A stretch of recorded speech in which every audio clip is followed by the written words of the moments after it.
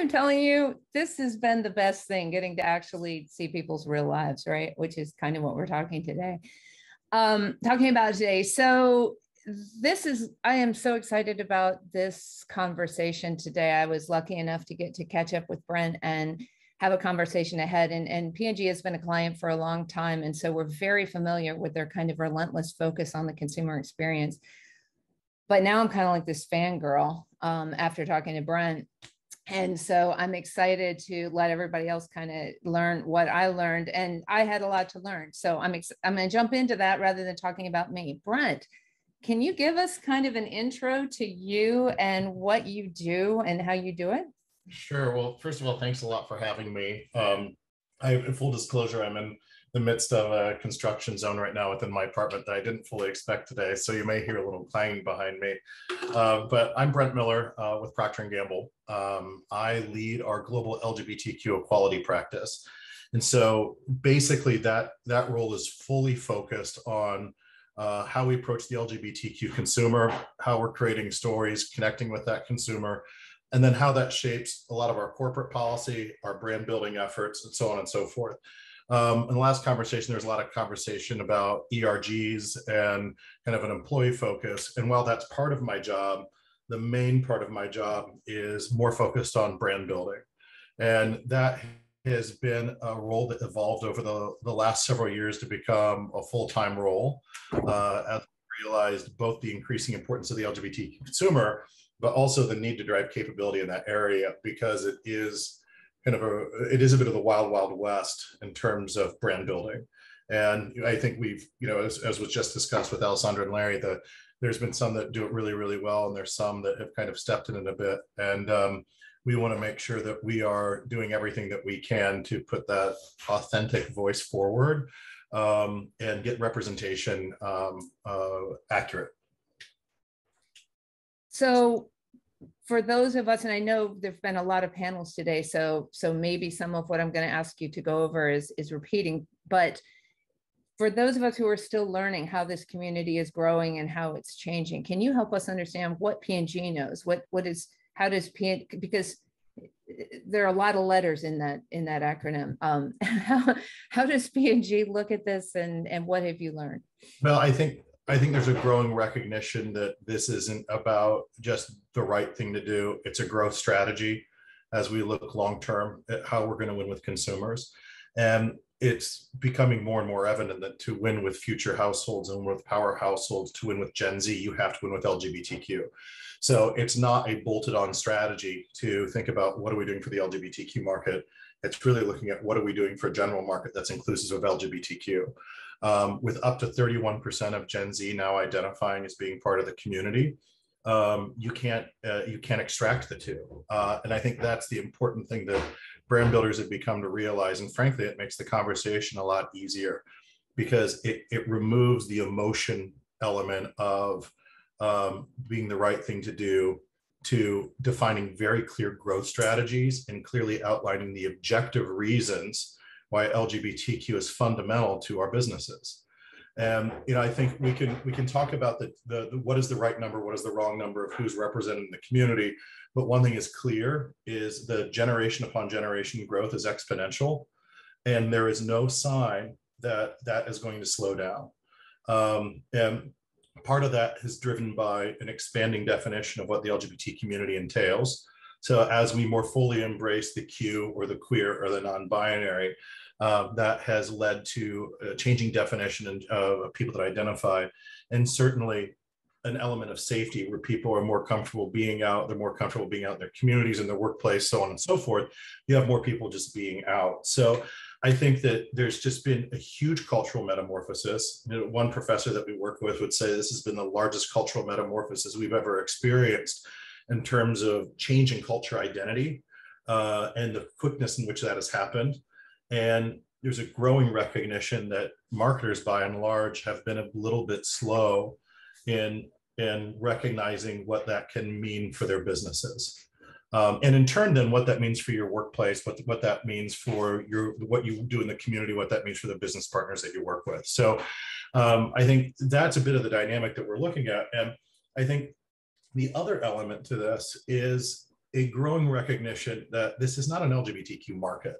Like, I think calling it a market is underserving and underrepresenting what the community is made up of. This is really an L market, a G market, a B market, a T market, a Q market. It gets lumped together for a variety of different reasons, which are rather understandable. But when it comes to brand building, we can't just lump them together and assume that if I have a gay male representation, I'm representative of the queer market. Or if I have transgender representation, that represents the queer market, so on and so forth.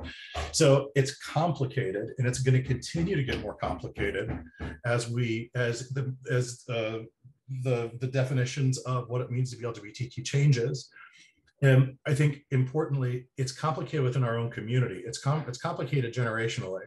Like the way my experience as a 45-year-old gay cisgender man is very different than a 25-year-old white gay cisgender man. And so we have to continue to research, go deep, really do our homework on what this community means, because no two groups within the community are the same, and it's evolving all the time. So what I'm hearing is something that's way bigger than inclusion. You use the word representation, but I think you mean something bigger than that. And by the way, this reminds me a lot of what we've been through as women, where it was like, check the box, there's a woman there, or we saw African-American. We've seen a lot of shifts. I want to ask you about how it's different, but first I want to ask about, what does this really mean to get beyond that surface level of, or at least inclusion feels like surface level to me. Maybe it's not. Help me understand, or help us understand, what does success look like? What matters? I think representation is kind of like LGBTQ 101. Just having people present and being able to see themselves is a given. I think that's a basic expectation. What we have to make sure that we're doing is we're going in and getting the insights about what is resonating with the community, so that we can focus on both relevancy of that representation, and then how that resonates. And there's a lot of different ways to get there, but just having an LGBTQ person on the screen or on the page, or wherever it might be, is a positive step forward, because it may allow someone to see themselves represented and connected for the first time. But what we want to do is get to a higher level order of empathy through resonance and relevancy that helps people step into the shoes of an LGBTQ person, or helps them see themselves in the communications that we're putting out, that creates a commonality. Because I think when we are best as brand builders, we're representing the full human experience. And that should be able to connect with people, whether in the LGBT community or not, because the experience is real and the portrayal of it is accurate and authentic. I think the word authentic is thrown around a little bit too much, because I think it's hard to define what that is. But I think if someone can see an ad, a film, or something that you put out and said like, I get that nuance, or that brand has done their homework so that I can see myself represented, it allows to not only bring our communities more closely together, but it allows you to create a longer term relationship with the consumer, because they understand that you get who they are. And that goes a lot further with the representation.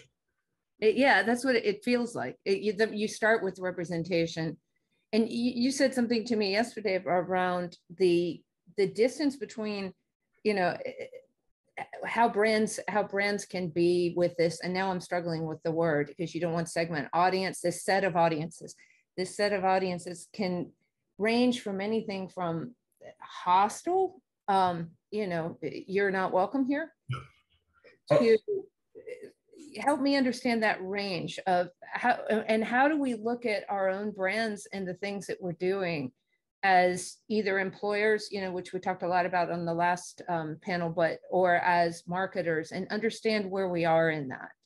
Well, I think it's interesting that there's a dynamic within the LGBTQ community that may be a bit more unique or pronounced versus some other underserved or marginalized communities, in that there's a bit of a default that if you are not intentionally inclusive, if you're not out there being incredibly direct in your support of the community, in that representation and the authentic resonance and relevancy, that you are against the community.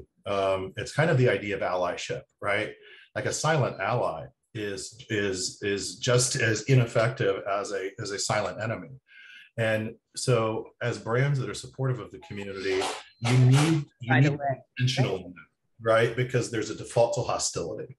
And when we can help our brand builders understand that, like just passive inclusivity doesn't do anything for your business. It may help your employees. And so what I mean by passive inclusivity is you may have all the right policies, practices, procedures. You may have an outstanding ERG. You may have all of your health benefits lined up, the whole 9 yards.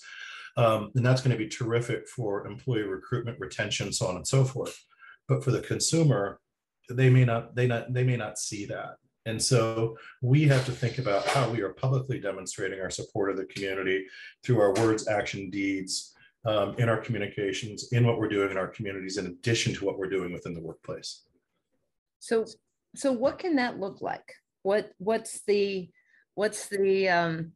how do you know when you're there, I guess, or how do you know that it's enough? It's as a cisgender straight female, I can guess and I feel like I'm empathetic and I can try, but how do I know? How do we know as a marketer that we're not just being passively inclusive, as you said, but actively inclusive? I love that difference, by the way.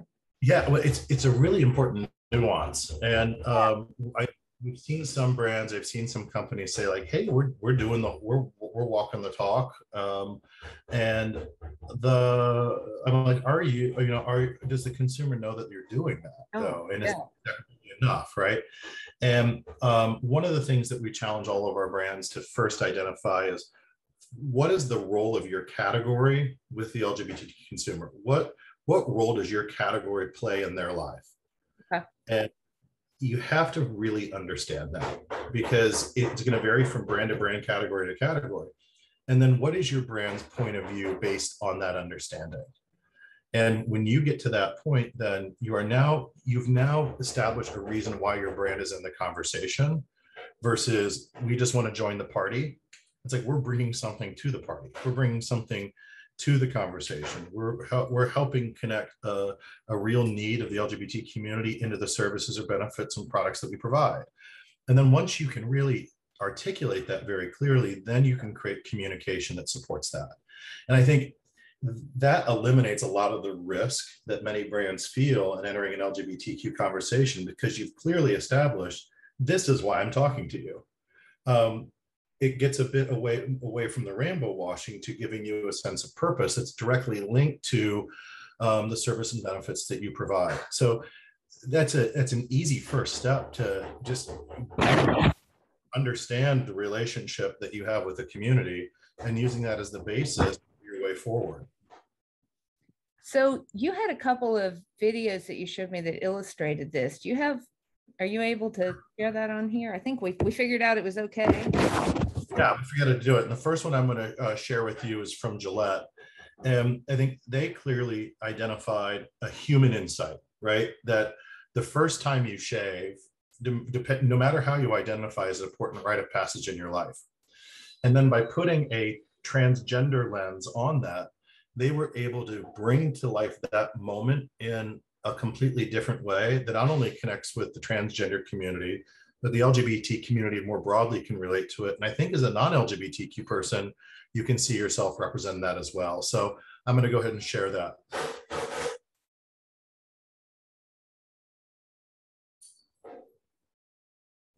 I think I'm going to share that. Hold on 1 second, please. Okay, here we go. Is that showing that up there? Okay. Yeah, that's great. Growing up, I was always trying to figure out what kind of man I wanted to become, and I'm still trying to figure out what kind of man that I want to become. I always knew I was different. I didn't know that there was a term for the type of person that I was. I went into my transition just wanting to be happy. I'm glad I'm at the point where I'm able to shave. South, south, north, north, east, west, never in a hurry. Right. One. Now don't be scared. Don't be scared. Shaving is about being confident. Oh, you're doing fine. You are doing fine. I'm at the point in my manhood where I'm actually happy. It's not just myself transitioning, it's everybody around me transitioning.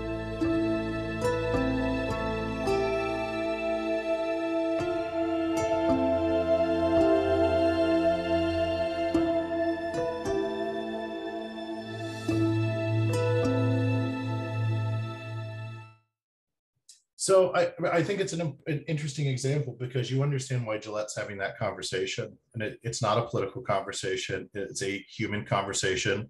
Samson, the gentleman in the ad shaving for the first time, that's really his father in the ad. And so you see familial relationships depicted. You see what support can look like at the familial level. That's the one of the things that we heard a lot on this is like, well, just show a supportive parent in there. Was an important element of it. And you get the connection then between shaving Gillette and the transgender experience and why they're part of it.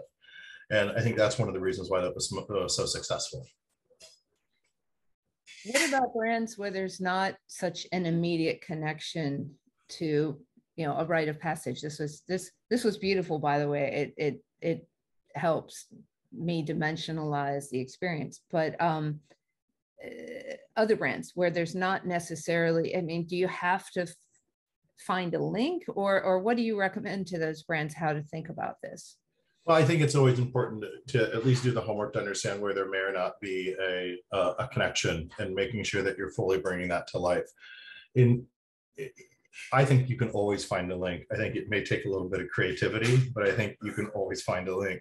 But I think it's sometimes understanding there's two main gaps that we have today with the LGBTQ market. The first is around kind of the base level of representation. The Gina Davis Institute did a study of all the work entered into Cannes in 2019, you know, before kind of COVID came into play. But about 1.8% of ads had discernible LGBTQ representation. So if young people are identifying at upwards of 31% as being LGBTQ, yet 1.8% of ads have baseline discernible representation. We have an immediate gap there that we can start to solve, right? Whether we're connecting it deeply to a benefit that's going to resonate or have deep relevance. I mean, that's just an initial step forward. The other thing that we're recognizing more and more is that the LGBT community is not necessarily buying on gender constructs, but they're buying on jobs to be done. So they're deciding for themselves, let me decide how I'm going to use it. Let me decide. You tell me what it does. Don't tell me that this is going to be, we'll take Gillette, for example. Don't tell me that Venus, I can only use Venus if I identify as female. I want to shave in the pubic region, so I'm going to buy Venus. So that, you know, like the whole idea of how we're constructing our communication and the way that we're communicating who's to use it, why they're using it, what for, is kind of dramatically changing as well. So we have a job to do that goes beyond maybe sometimes that deep category connection to just how we're engaging the consumer in the products and the services that we provide.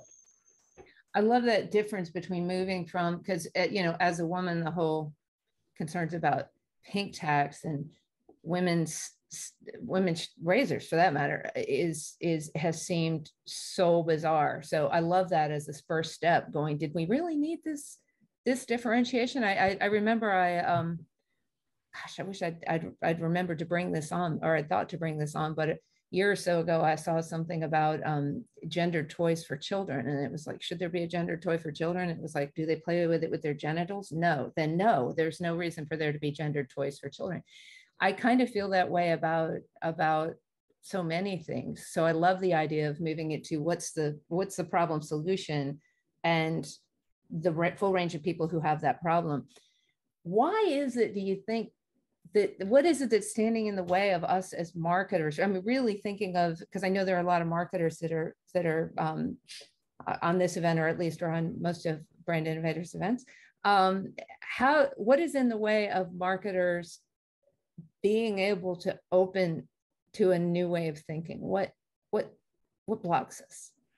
There's a couple different things. I think, well, first of all, we did a study with GLAAD that looked at the biggest barriers that were driving LGBTQ inclusion in marketing.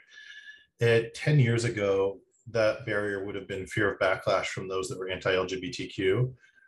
Number one barrier today is fear of backlash from the LGBTQ market for not getting it correct.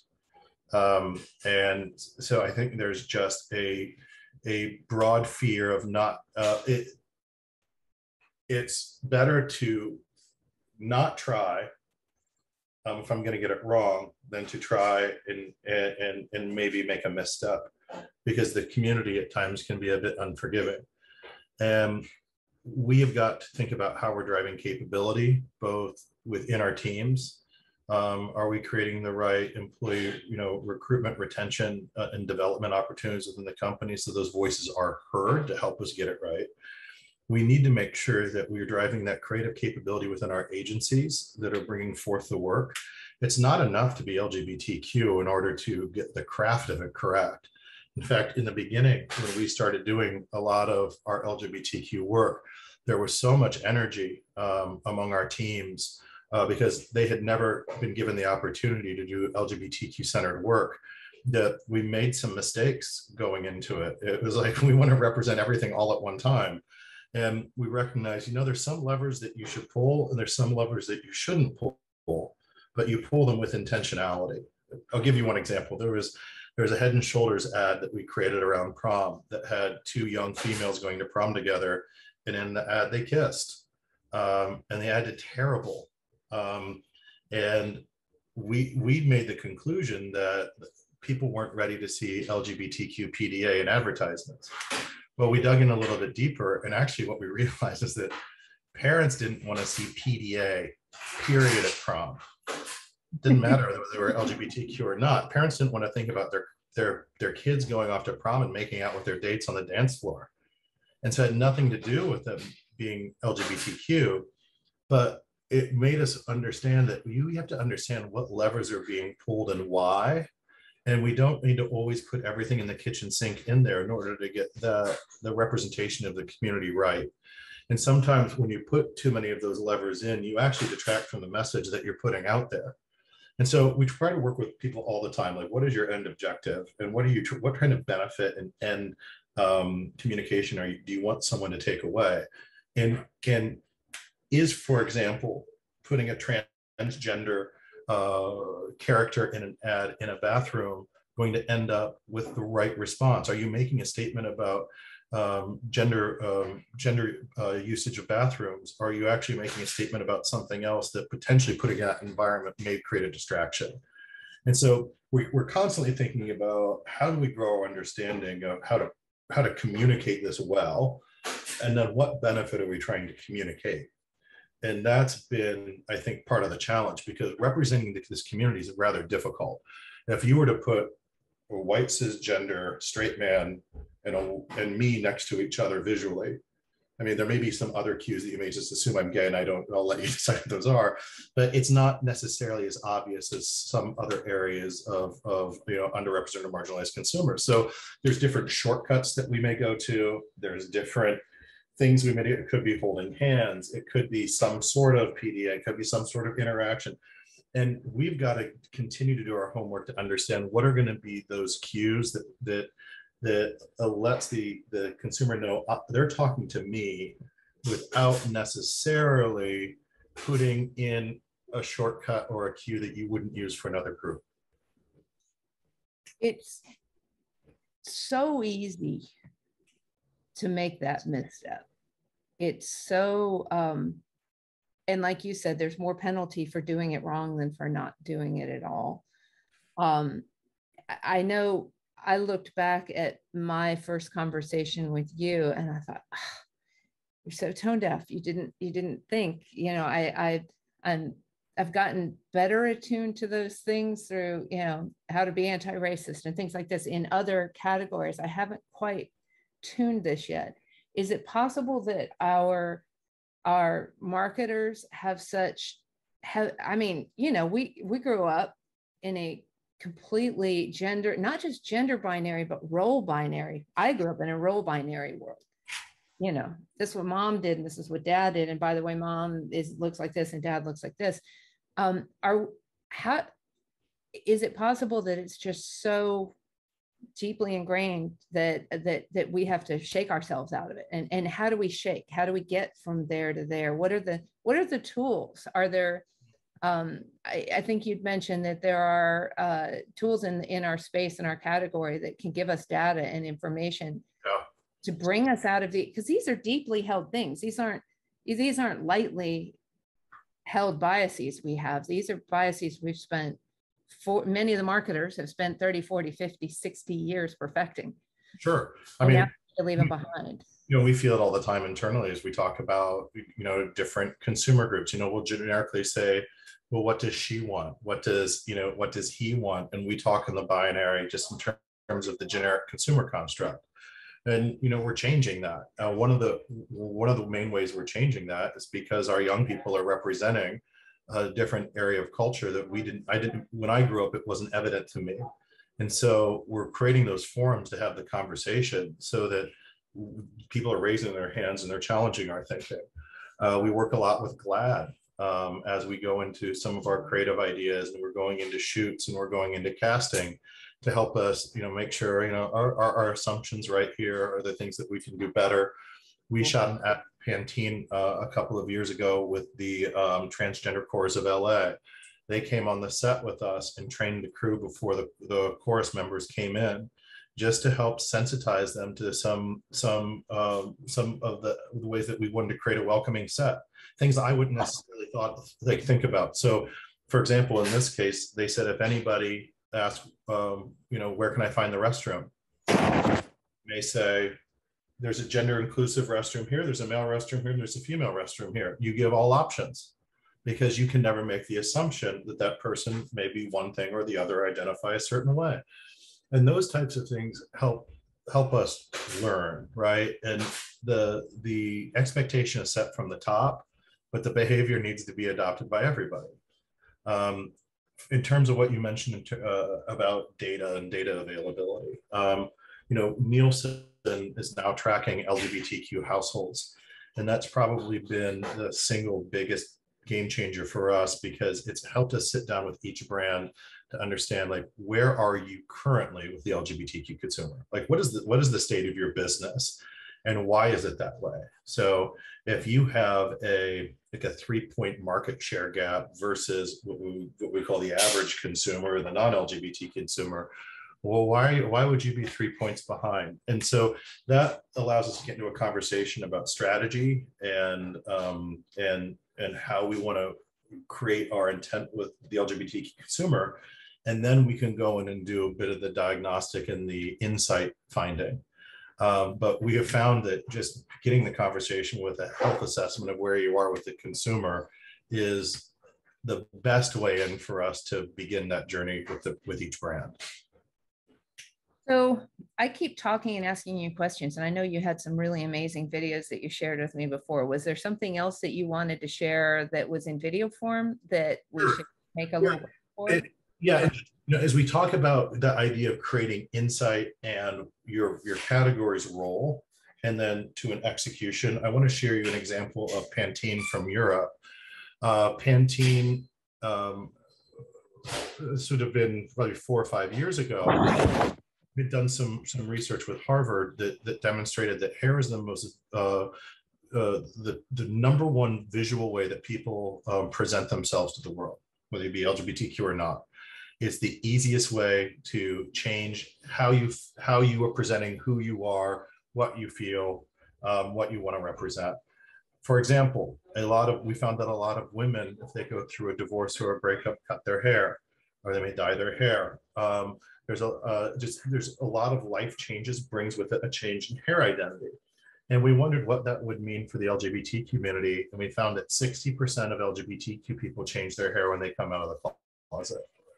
And we thought, well, there we go, right? There is a reason why a hair care brand can enter the LGBTQ conversation and go in with a point of view that relates to the LGBTQ experience. And we also found that non-LGBTQ people, when we shared that stat with them, they all smiled. There was all this laugh. They're like, of course, it makes sense. Like, people would say, like, oh, I changed my hair like right before I entered the workforce because I wanted to be maybe perceived as more professional or whatever it might be. but it was an insight that everybody kind of had a really interesting connection with. So Pantene adopted this program that initially focused on transgender women, and I'm going to share that with you now. In theory, sorry, I don't hit all my buttons very quickly. So, okay.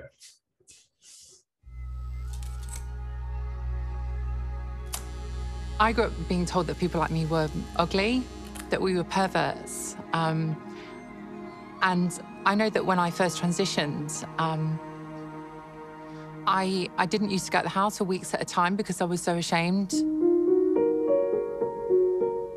When I was young, when I was a child, I always saw big, voluminous, dark brown hair, and I always wanted that. My parents cut my hair short, and it wasn't an option for me to be who I always knew that I was from a very young age. I didn't dare to ask for the haircut I wanted. Un día vi la foto de una modelo y le dije a mi madre que yo quería tener el pelo como ella. Finding my identity was finding how I want people to see me, and hair is such a big part of that. And I think now I'm starting my journey with my hair.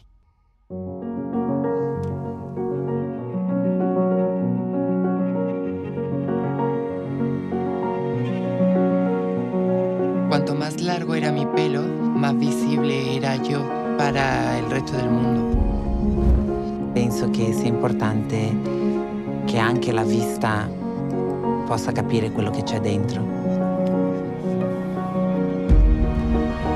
One day you may walk down the street with the wind blowing in your hair and just feel so happy to be alive.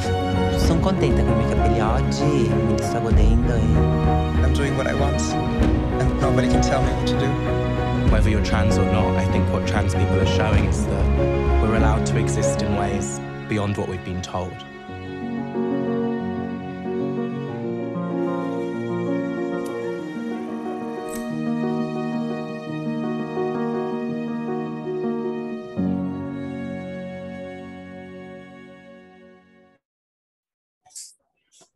It's remarkable, by the way. Oh, thank you.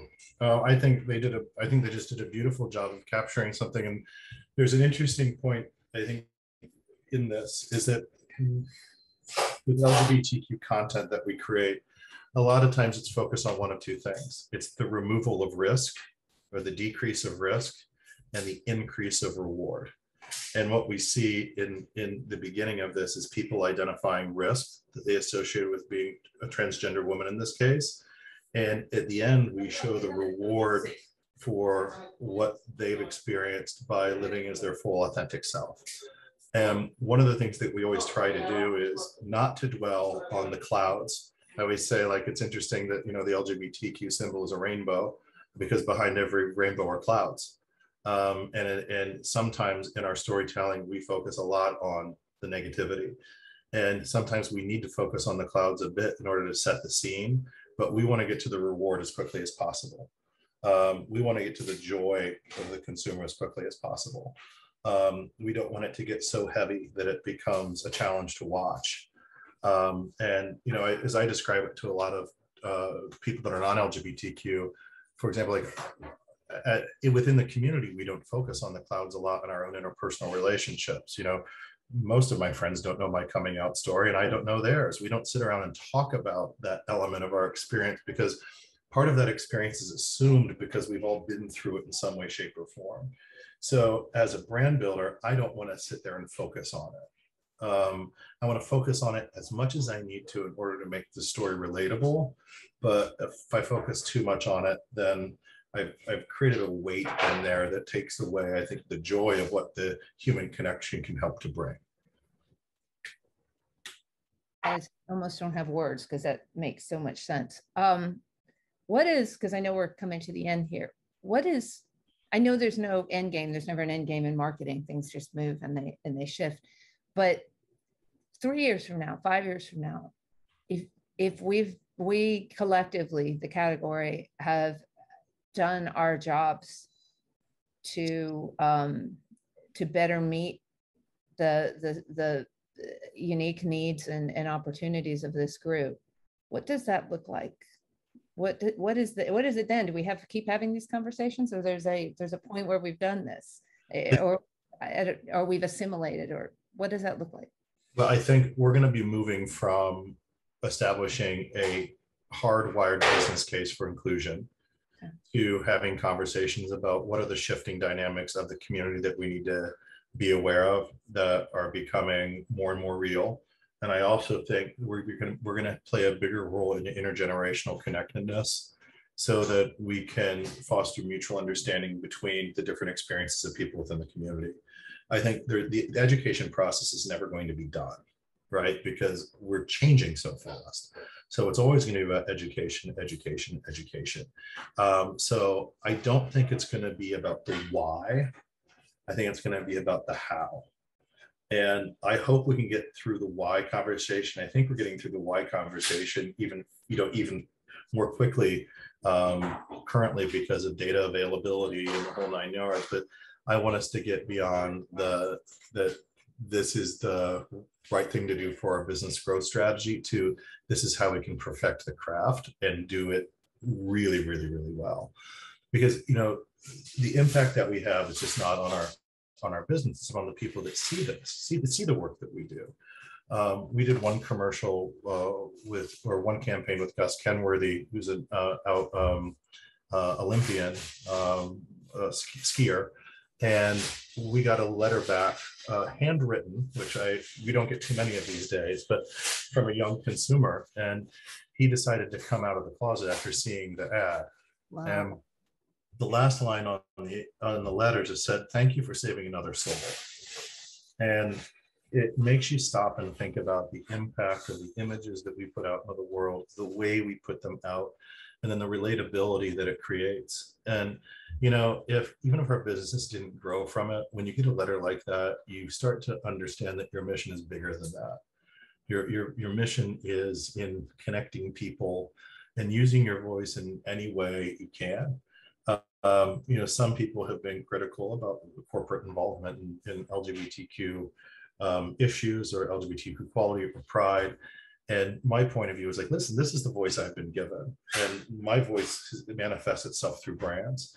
And if I can help shift our communities to more fully use that voice to create positive cultural change, to bring communities together, to potentially show a young person that there is a world out there for them, then that's a tremendous responsibility. And I will welcome any company to that conversation. I'll welcome any company to that, into that pride for the first time, because that is when we're going to create sustained change. And that's where we can have a real impact, working alongside different NGOs, different charities, different activists that have different voices that can do different things. Together, we can do incredible stuff. Well, like you said, just like an individual marketer, sometimes it's easier to sit on the sidelines and not risk sticking your neck out. But the real rewards come when you take that chance. And you said, you may be criticized for corporate involvement, but you would just as quickly be criticized for your lack of corporate responsibility if you don't step in. So I don't think there's any way to get through the world with this life without criticism. At least I haven't found that way. So I love it that, you choose your battles, you do the best that you can. And one thing you said to me when we first talked was, we have to have brands that are willing to make a mistake and say, I'm sorry, I pushed that too far. or I'm sorry, I didn't really understand it as deeply as I should have when I did that. And then our responsibility, I think, as audiences always, is to understand the intention rather than maybe what came out. Right. Yeah, I mean, I always remember there was a line from like a live performance from Cher where she said, what's the worst that can happen? You can always look back and say, I shouldn't have done that. And the fact of the matter is, if we wait to get it all perfect, we're going to be waiting for a long time, and we're going to be missing the chance to connect with people and missing the chance to make positive change. And so it's accept the fact that you're going to make mistakes. But I think if you go in with the right intent, there's always a way to move forward. Carrie's like our human. I'm the human hug. We pull people off the stage with, right? No, I just want to thank you both so much for coming out. And I know that video of Samson specifically, I'm never going to forget that. So thank you, Brent, for sharing that, especially. This was a great session. And thank you both so much for spending the time with us today, and enjoy the rest of your day.